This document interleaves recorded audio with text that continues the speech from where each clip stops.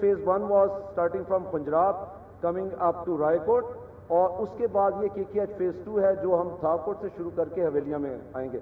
Hakla DI Khan which is basically a western alignment, इसके ऊपर 500 package के ऊपर काम शुरू हो चुका है। 2018 में इंशाल्लाह हम इसको टारगेट कर रहे हैं। लाहौर इस्लामाबाद मोटरवे की अपग्रेडेशन थी, ये BOT पे without any investment of government of Pakistan, इसको हम मुकम्मल कर चुके हैं।